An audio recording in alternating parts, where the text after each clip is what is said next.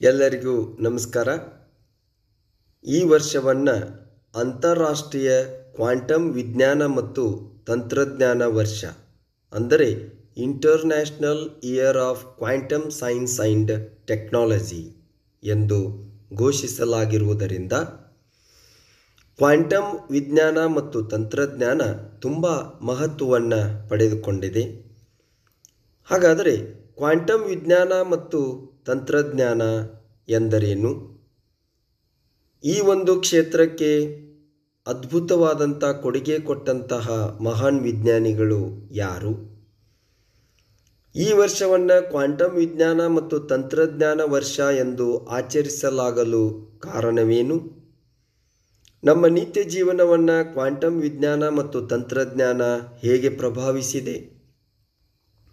ಭವಿಷ್ಯದಲ್ಲಿ ಈ ಒಂದು ಕ್ಷೇತ್ರಕ್ಕೆ ಇರುವ ಸವಾಲುಗಳೇನು? ಈ ರೀತಿಯ ಹಲವಾರು ಅಂಶಗಳನ್ನು ವಿವರವಾಗಿ ತಿಳಿದುಕೊಳ್ಳೋಣ. ಪ್ರಸ್ತುತಿ ನಾನು ಶ್ರೀ ರಾಜು ಭೂಶೆಟ್ಟಿ.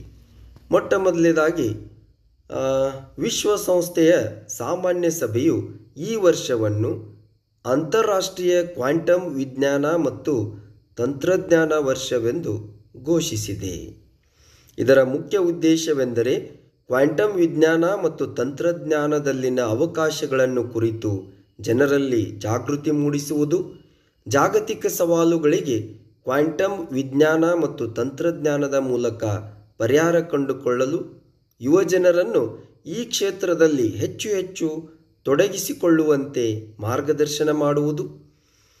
ಈ ಎಲ್ಲ ಉದ್ದೇಶಗಳನ್ನು ಈ ಒಂದು ಕ್ವಾಂಟಮ್ ವಿಜ್ಞಾನ ಮತ್ತು ತಂತ್ರಜ್ಞಾನ ವರ್ಷ ಒಳಗೊಂಡಿದೆ ಎಂದು ನಾವು ಹೇಳ್ತೇವೆ. ಕ್ವಾಂಟಮ್ ವಿಜ್ಞಾನ ಎಂದರೇನು ಎಂಬುದನ್ನು ನಾವು ನೋಡುವುದಾದರೆ, ಕ್ವಾಂಟಮ್ ವಿಜ್ಞಾನವು ಪರಮಾಣು ಮತ್ತು ಉಪಪರಮಾಣುವಿನ ಮಟ್ಟದಲ್ಲಿ ದ್ರವ್ಯ ಮತ್ತು ಶಕ್ತಿಯ ವರ್ತನೆಯನ್ನು ಒಳಗೊಂಡಂತೆ ವಿಶ್ವದ ಮೂಲಭೂತ ಸ್ವರೂಪವನ್ನು ಅಧ್ಯಯನ ಮಾಡುತ್ತದೆ. ಅಂದರೆ ಇದು ಎಲೆಕ್ಟ್ರಾನ್ಗಳು, ಪ್ರೋಟಾನ್ಗಳು, ನ್ಯೂಟ್ರಾನ್ಗಳು, ಕ್ವಾರ್ಕ್ಗಳು ಮತ್ತು ಗ್ಲುವಾನ್ಗಳ ಗುಣಲಕ್ಷಣಗಳು ಮತ್ತು ವರ್ತನೆಗಳನ್ನು ವಿವರಿಸುತ್ತದೆ. ಅಂದರೆ ಈ ಎಲೆಕ್ಟ್ರಾನ್ಗಳು, ಪ್ರೋಟಾನ್ಗಳು, ನ್ಯೂಟ್ರಾನ್ಗಳು, ಕ್ವಾರ್ಕ್ಗಳು ಮತ್ತು ಗ್ಲುವಾನ್ಗಳು ಈ ಕಣಗಳು ಪರಸ್ಪರ ಹೇಗೆ ವರ್ತಿಸುತ್ತವೆ ಮತ್ತು ಬೆಳಕು, ಎಕ್ಸ್ ಕಿರಣಗಳು ಮತ್ತು ಗ್ಯಾಮಾ ಕಿರಣಗಳಂತಹ ವಿದ್ಯುತ್ ಕಾಂತೀಯ ವಿಕಿರಣದೊಂದಿಗೆ ಹೇಗೆ ವರ್ತಿಸುತ್ತವೆ ಎಂಬುದನ್ನು ಈ ವಿಜ್ಞಾನವು ವಿವರಿಸುತ್ತದೆ. ಬಹಳಷ್ಟು ವಿಜ್ಞಾನಿಗಳು ಕ್ವಾಂಟಮ್ ವಿಜ್ಞಾನಕ್ಕೆ ಸಾಕಷ್ಟು ಕೊಡುಗೆಗಳನ್ನು ನೀಡಿದ್ದಾರೆ.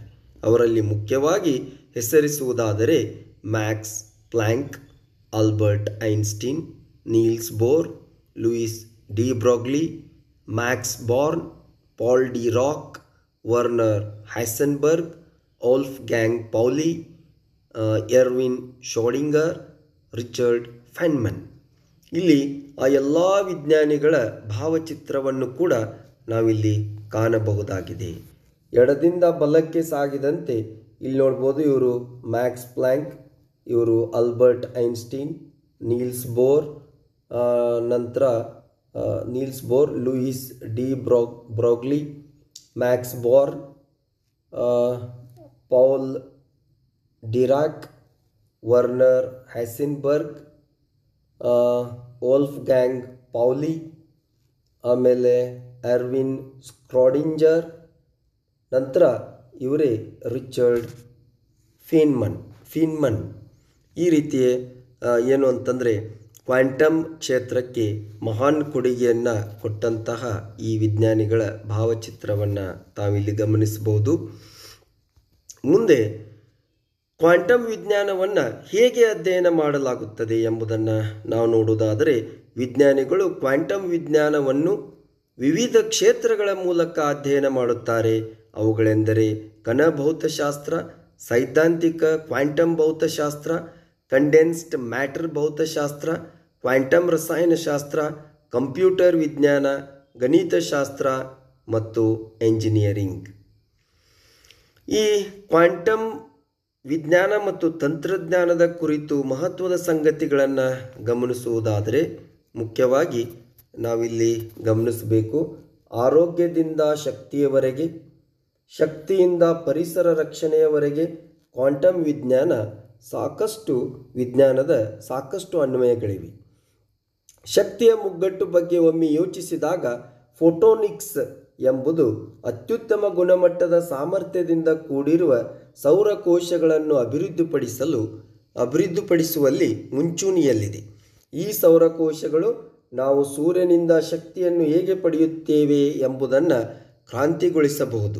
ಭವಿಷ್ಯದಲ್ಲಿ ಪ್ರತಿಯೊಬ್ಬರಿಗೂ ಶುದ್ಧವಾದ ಶಕ್ತಿ ದೊರೆಯಬಲ್ಲದು ಎಂಬುದನ್ನು ಕಲ್ಪಿಸಿಕೊಂಡರೆ ಅದಕ್ಕೆ ಕಾರಣವೂ ಕೂಡ ಇದೇ ಕ್ವಾಂಟಮ್ ವಿಜ್ಞಾನವೇ ಆಗಿರುತ್ತದೆ ಎಂದು ನಾವು ಹೇಳಬಹುದು.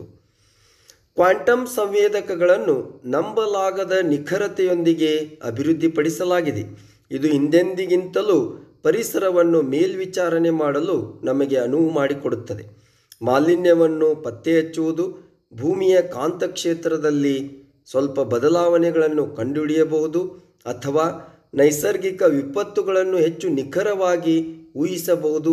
ಈ ವಿಭಿನ್ನ ಪ್ರಾಯೋಗಿಕ ಸಮಸ್ಯೆಗಳನ್ನು ಸರಿಪಡಿಸಲು ಇದೇ ಕ್ವಾಂಟಮ್ ವಿಜ್ಞಾನದ ನಾವೀನ್ಯತೆಯನ್ನು ಬಳಸಬಹುದು ಎಂದು ಯೋಚಿಸುವುದು ಕೂಡ ಅದ್ಭುತವಾಗಿದೆ. ಕ್ವಾಂಟಮ್ ಕಂಪ್ಯೂಟರ್ಗಳು ಇನ್ನೂ ತಮ್ಮ ಆರಂಭಿಕ ಹಂತದಲ್ಲಿದ್ದರೂ ಕೂಡ ಔಷಧಿಗಳು, ಮೆಟೀರಿಯಲ್ ಸೈನ್ಸ್ ಮತ್ತು ಕೃತಕ ಬುದ್ಧಿಮತ್ತೆ ಕ್ಷೇತ್ರಗಳನ್ನು ಕ್ರಾಂತಿಗೊಳಿಸುವ ಸಾಮರ್ಥ್ಯವನ್ನು ಹೊಂದಿವೆ. ಇಂದು ನಾವು ಹೊಂದಿರುವ ಅತ್ಯಂತ ಶಕ್ತಿಶಾಲಿ ಸೂಪರ್ ಕಂಪ್ಯೂಟರ್ಗಳಿಗಿಂತ ಟ್ರಿಲಿಯನ್ ಗಟ್ಟಲೆ ಪಟ್ಟು ವೇಗವಾಗಿ ಲೆಕ್ಕಾಚಾರಗಳನ್ನು ನಿರ್ವಹಿಸುವ ಕಂಪ್ಯೂಟರನ್ನು ಒಮ್ಮೆ ಕಲ್ಪಿಸಿಕೊಳ್ಳಿ. ಇದುವೇ ಕ್ವಾಂಟಮ್ ಕಂಪ್ಯೂಟರ್ಗಳ ಶಕ್ತಿಯಾಗಿದೆ. ಅಂದರೆ ಇವು ನಮ್ಮ ಸಾಮಾನ್ಯ ಕಂಪ್ಯೂಟರ್ಗಳಿಗಿಂತ ಹೆಚ್ಚು ಶಕ್ತಿಶಾಲಿಯಾಗಿವೆ ಎಂದು ನಾವು ಹೇಳಬಹುದು.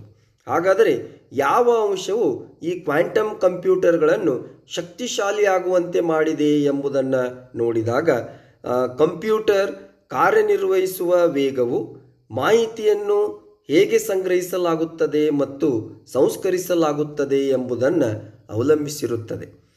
ರೆಗ್ಯುಲರ್ ಕಂಪ್ಯೂಟರ್ಗಳು ಬಿಟ್ಗಳನ್ನು ಬಳಸುತ್ತವೆ. It's very important thing. Regular ಕಂಪ್ಯೂಟರ್ಗಳು ಬಿಟ್ಗಳನ್ನು ಬಳಸ್ತವೆ ಅಂತೇಳಿ ನಾವು ಹೇಳ್ತೇವೆ. ಆ ಬಿಟ್ ಅಂತಂದರೆ ಅದು 0 ಅಥವಾ 1 ಆಗಿರಬಹುದು. ಆದರೆ ಕ್ವಾಂಟಮ್ ಕಂಪ್ಯೂಟರ್ಗಳು ಕ್ವಿಬಿಟ್ಗಳನ್ನು ಬಳಸುತ್ತವೆ. ಕ್ವಿಬಿಟ್ಗಳು ಅಂತಂದರೆ ಅದು ಅದೇ ಸಮಯದಲ್ಲಿ 0 ಮತ್ತು 1 ಆಗಿರಬಹುದು. ಈ ಕ್ವಾಂಟಮ್ ಕಂಪ್ಯೂಟಿಂಗ್ ನಮ್ಮ ಜೀವನವನ್ನು ಹೇಗೆ ಬದಲಾಯಿಸಬಹುದು ಎಂಬುದನ್ನು ನೋಡುವುದಾದರೆ, ಪರಮಾಣು ಮಟ್ಟದಲ್ಲಿ ಹೊಸ ಸಾಮಗ್ರಿಗಳನ್ನು ವಿನ್ಯಾಸಗೊಳಿಸುವುದು, ನಿರ್ದಿಷ್ಟ ರೋಗಗಳಿಗೆ ನಿಖರವಾದ ಔಷಧಿಯನ್ನು ಅಭಿವೃದ್ಧಿಪಡಿಸುವುದು, ನಮ್ಮ ಅನನ್ಯ DNA ಆಧಾರಿತ ವೈಯಕ್ತೀಕರಿಸಿದ ಚಿಕಿತ್ಸಾ ಯೋಜನೆಗಳನ್ನು ಅಭಿವೃದ್ಧಿಪಡಿಸುವುದು. ಇತರ ಕ್ಷೇತ್ರಗಳ ಬಗ್ಗೆ ನೋಡುವುದಾದರೆ ಕ್ವಾಂಟಮ್ ಕಂಪ್ಯೂಟಿಂಗ್ ಶಕ್ತಿ ಅಥವಾ ಪರಿಸರ ವಿಜ್ಞಾನದಂತಹ ಕ್ಷೇತ್ರವನ್ನು ಪ್ರಭಾವಿಸಬಲ್ಲದೆ ಎಂದು ಪ್ರಶ್ನಿಸಿದಾಗ ಉತ್ತರ ಹೌದು ಎಂದು ನಾವು ಹೇಳಬಹುದು. ಕ್ವಾಂಟಮ್ ಕಂಪ್ಯೂಟರ್ಗಳು ಹವಾಮಾನ ಮಾಡೆಲಿಂಗ್ನಲ್ಲಿ ಭಾರೀ ಪ್ರಭಾವವನ್ನು ಬೀರುತ್ತವೆ. ಸಂಕೀರ್ಣ ಹವಾಮಾನ ವ್ಯವಸ್ಥೆಯನ್ನು ನಂಬಲಾಗದ ನಿಖರತೆಯೊಂದಿಗೆ ಊಹಿಸಲು ಕೂಡ ಸಹಾಯಕವಾಗಿವೆ. ಇದರಿಂದಾಗಿ ಹವಾಮಾನ ಬದಲಾವಣೆಯನ್ನು ಹೇಗೆ ಎದುರಿಸುವುದು ಎಂಬುದರ ಕುರಿತು ಉತ್ತಮ ನಿರ್ಧಾರವನ್ನು ತೆಗೆದುಕೊಳ್ಳಲು ನಮಗೆ ಅನುವು ಮಾಡಿಕೊಡುತ್ತದೆ. ಕ್ವಾಂಟಮ್ ಕಂಪ್ಯೂಟರ್ಗಳನ್ನು ನಿರ್ಮಿಸುವ ಈ ತಂತ್ರಜ್ಞಾನವನ್ನು ಅಭಿವೃದ್ಧಿಪಡಿಸುವಲ್ಲಿ ಎದುರಿಸುತ್ತಿರುವ ಅಡೆತಡೆಗಳು ಕಠಿಣ ಸವಾಲಾಗಿವೆ. ಮುಖ್ಯವಾಗಿ ಕ್ವಿಬಿಟ್ಗಳನ್ನು ಸ್ಥಿರವಾಗಿರಿಸುವುದು ಒಂದು ದೊಡ್ಡ ಸಮಸ್ಯೆಯಾಗಿದೆ. ಅವುಗಳು ಯಾವುದೇ ರೀತಿಯ ತೊಂದರೆಗಳಿಗೆ ನಂಬಲಾಗದಷ್ಟು ಸೂಕ್ಷ್ಮವಾಗಿರುತ್ತವೆ. ಆದ್ದರಿಂದ ಇದು ಚಂಡಮಾರುತದಲ್ಲಿ ಕಾರ್ಡ್ಗಳ ಮನೆಯನ್ನು ನಿರ್ಮಿಸಲು ಪ್ರಯತ್ನಿಸುವಂತೆಯೇ ಆಗಿರುತ್ತದೆ. ಅದಕ್ಕಾಗಿಯೇ ಸಂಶೋಧಕರು ಯಾವಾಗಲೂ ಆ ಕ್ವಿಬಿಟ್ಗಳನ್ನು ಹೆಚ್ಚು ಸ್ಥಿರವಾಗಿ ಮತ್ತು ಶಬ್ದಕ್ಕೆ ಕಡಿಮೆ ಸೂಕ್ಷ್ಮತೆಯನ್ನಾಗಿಸುವ ಮಾರ್ಗಗಳನ್ನು ಹುಡುಕುತ್ತಿದ್ದಾರೆ. ಇದರಿಂದ ನಾವು ದೊಡ್ಡ ಮತ್ತು ಹೆಚ್ಚು ಶಕ್ತಿಯುತ ಕ್ವಾಂಟಮ್ ಕಂಪ್ಯೂಟರ್ಗಳನ್ನು ತಯಾರಿಸಬಹುದು. ಕ್ವಾಂಟಮ್ ವಿಜ್ಞಾನ ಮತ್ತು ತಂತ್ರಜ್ಞಾನದ ಅಂತಾರಾಷ್ಟ್ರೀಯ ವರ್ಷವು ವಿಶ್ವದ ಎಲ್ಲ ರಾಷ್ಟ್ರಗಳು ಮಾನವನ ಪ್ರಗತಿಗಾಗಿ ಒಂದಾಗಿ ಕೆಲಸ ಮಾಡುವಂತೆ ಪ್ರೋತ್ಸಾಹಿಸುತ್ತದೆ. ಕ್ವಾಂಟಮ್ ವಿಜ್ಞಾನ ಮತ್ತು ತಂತ್ರಜ್ಞಾನ ವಿಶ್ವದ ಯಾವುದೇ ಭಾಗದಲ್ಲಿದ್ದರೂ ಅದನ್ನು ಎಲ್ಲ ರಾಷ್ಟ್ರಗಳಿಗೆ ತಲುಪುವಂತೆ ಮಾಡುವುದರ ಮೂಲಕ ಮುಂದಿನ ಪೀಳಿಗೆಯ ಕ್ವಾಂಟಮ್ ಕಂಪ್ಯೂಟರ್ ವಿಜ್ಞಾನಿಗಳನ್ನು ಪ್ರೋತ್ಸಾಹಿಸಬೇಕಿದೆ. ಕ್ವಾಂಟಮ್ ವಿಜ್ಞಾನವು ದೈನಂದಿನ ಜೀವನದಲ್ಲಿ ಅನೇಕ ಉಪಯೋಗಗಳನ್ನು ಹೊಂದಿದೆ.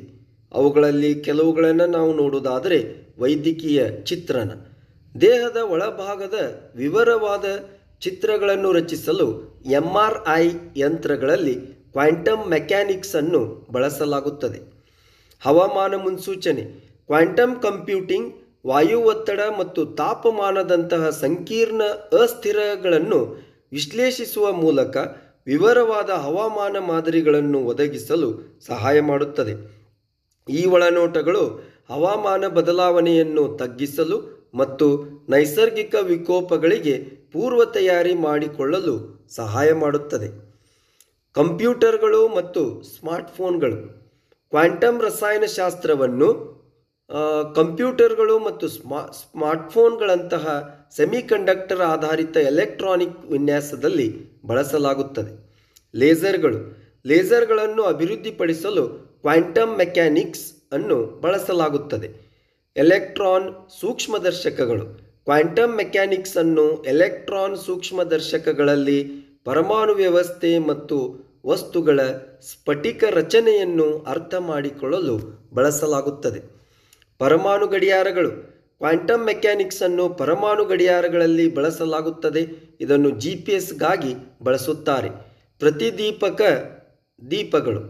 ಟ್ಯೂಬ್ಲೈಟ್ಗಳು ಮತ್ತು ಕರ್ಲಿ ಬಲ್ಬ್ಗಳಂತಹ ಉತ್ಪತ್ತಿಯಾಗುವ ಬೆಳಕಿಗೆ ಕ್ವಾಂಟಮ್ ವಿದ್ಯಮಾನಗಳು ಕಾರಣವಾಗಿವೆ. ಇಂಟಿಗ್ರೇಟೆಡ್ ಸರ್ಕ್ಯೂಟ್ಗಳನ್ನು ಅಭಿವೃದ್ಧಿಪಡಿಸಲು ಕ್ವಾಂಟಮ್ ಮೆಕ್ಯಾನಿಕ್ಸ್ ಅನ್ನು ಬಳಸಲಾಗುತ್ತದೆ. ಅಣುಗಳನ್ನು ಅರ್ಥ ಮಾಡಿಕೊಳ್ಳುವುದು. ಅಣುಗಳನ್ನು ರೂಪಿಸಲು ಕೋವೆಲೆನ್ಸಿಯ ಬಂಧಗಳಿಂದ ಪರಮಾಣುಗಳು ಹೇಗೆ ಸೇರುತ್ತವೆ ಎಂಬುದನ್ನು ಅರ್ಥ ಮಾಡಿಕೊಳ್ಳಲು ಕ್ವಾಂಟಮ್ ಮೆಕ್ಯಾನಿಕ್ಸ್ ತುಂಬ ಸಹಾಯಕವಾಗಿದೆ. ಇಲ್ಲಿ ನಾವು MRI ಸ್ಕ್ಯಾನರನ್ನು ಚಿತ್ರದಲ್ಲಿ ನೋಡ್ಬೋದು. ಇದು ಕೂಡ ಕ್ವಾಂಟಮ್ ತಂತ್ರಜ್ಞಾನ ಆಧಾರಿತವಾಗಿ ಕ್ವಾಂಟಮ್ ವಿಜ್ಞಾನವನ್ನು ಬಳಸಿಕೊಂಡು ಕಾರ್ಯನಿರ್ವಹಿಸುತ್ತೆ ಅಂತೇಳಿ ನಾನು ಈಗಾಗಲೇ ಹೇಳಿದೆ. ಸೊ ಅದರ ಚಿತ್ರವನ್ನು ಕೂಡ ಇಲ್ಲಿ ನಾವು ಗಮನಿಸ್ಬೋದು. ಎಲೆಕ್ಟ್ರಾನ್ ಸೂಕ್ಷ್ಮದರ್ಶಕಗಳನ್ನು ಇಲ್ಲಿ ನೋಡ್ಬೋದು. ಪರಮಾಣು ಗಡಿಯಾರ